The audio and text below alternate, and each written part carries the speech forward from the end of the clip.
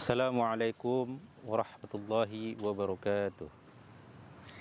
Innal hamdalillah nahmaduhu wa nasta'inuhu wa nastaghfiruh wa na'udzu billahi min shururi anfusina wa min sayyiati a'malina. May yahdihillahu fala mudilla lahu wa may yudlilhu fala hadiyalah.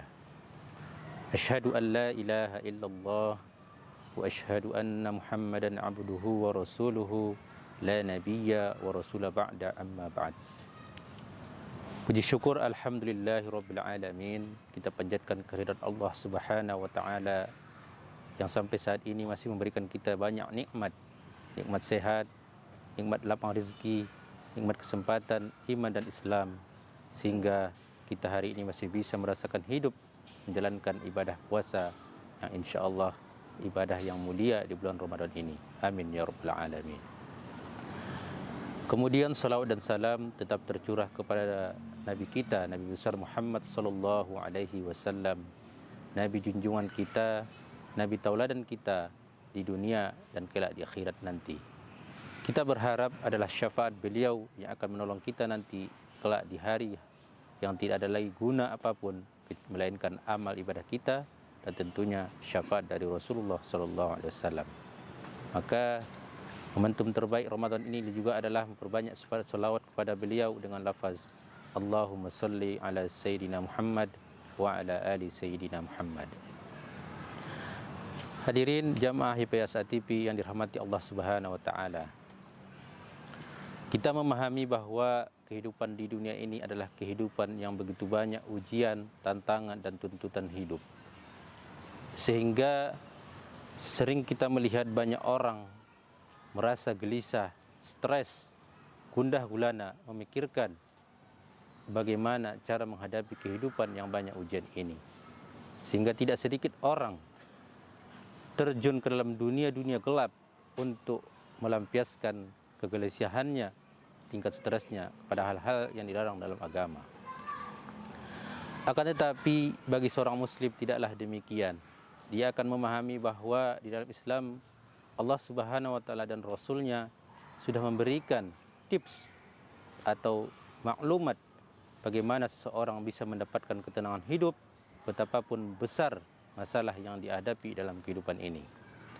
Maka dalam kesempatan ini saya mencoba memberikan tausiah singkat dengan tema tips mendapat ketenangan dalam kehidupan. Hadirin jamaah HIPAYAS ATP yang dirahmati Allah Subhanahu wa taala.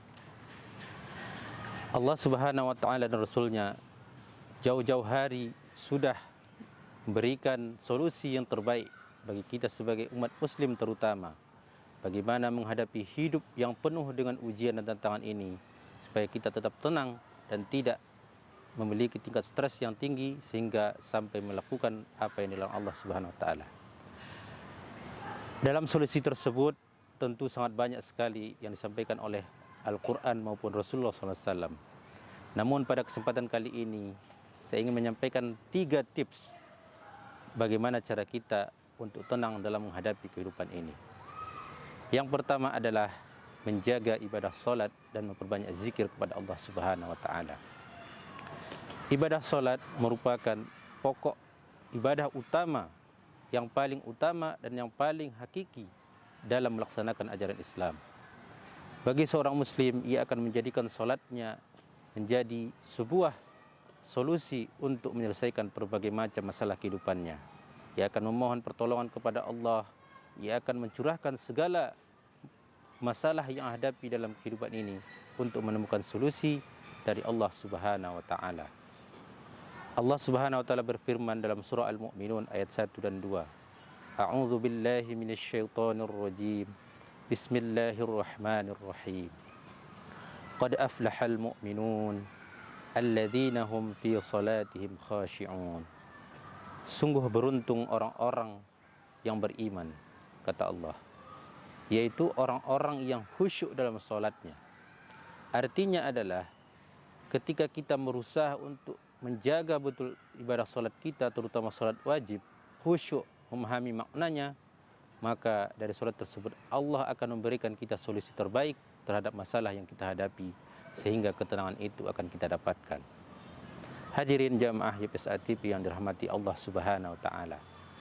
Kemudian juga yang tidak kalah penting adalah memperbanyak zikir kepada Allah.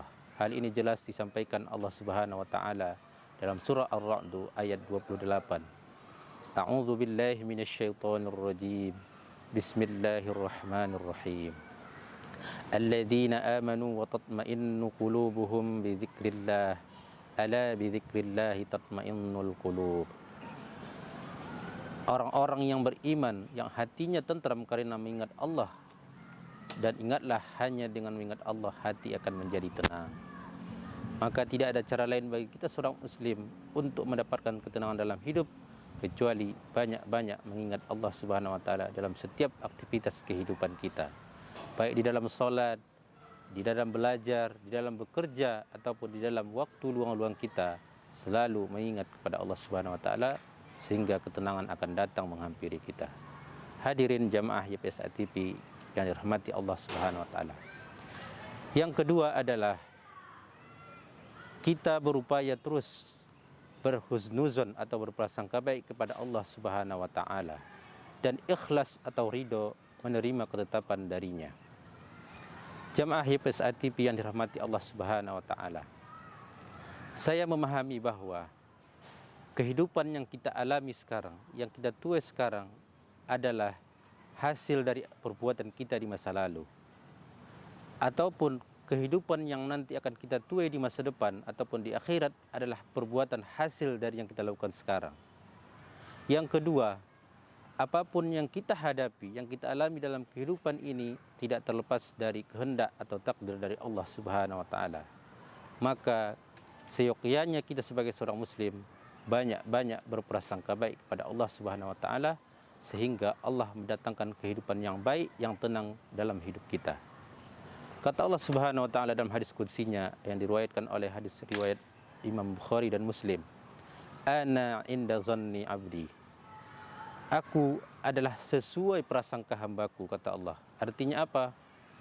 Prasangka kita kepada Allah begitulah yang akan Allah takdirkan kepada hidup kita. Ketika kita berprasangka baik, mengingat Allah dengan rasa syukur, menanggapi semua masalah di dalam kehidupan kita sebagai hikmah ujian yang baik untuk kita, insya Allah kehidupan kita akan jauh lebih baik dan terhindar dari masalah-masalah ataupun akan Allah berikan solusi yang terbaik dalam hidup kita sehingga tetap tenanglah hidup kita dalam menjalaninya. Kemudian yang ketiga adalah yaitu tidak atau berupaya untuk mengurangi atau bahkan menghindari yang namanya berhutang. Hadirin jamaah YPSA TV yang dirahmati Allah. Di zaman hidup yang sekarang ini begitu banyak tuntutan hidup, begitu banyak manusia sangat memaksakan diri di luar kemampuannya untuk memiliki berbagai hal. Memang secara fitrah kita manusia ingin memiliki banyak hal. Ingin punya kendaraan yang bagus, punya rumah yang mewah, punya anak-anak yang cantik, yang ganteng, yang rupawan, punya tanah yang luas, punya harta yang banyak. Itu semua manusia pasti punya.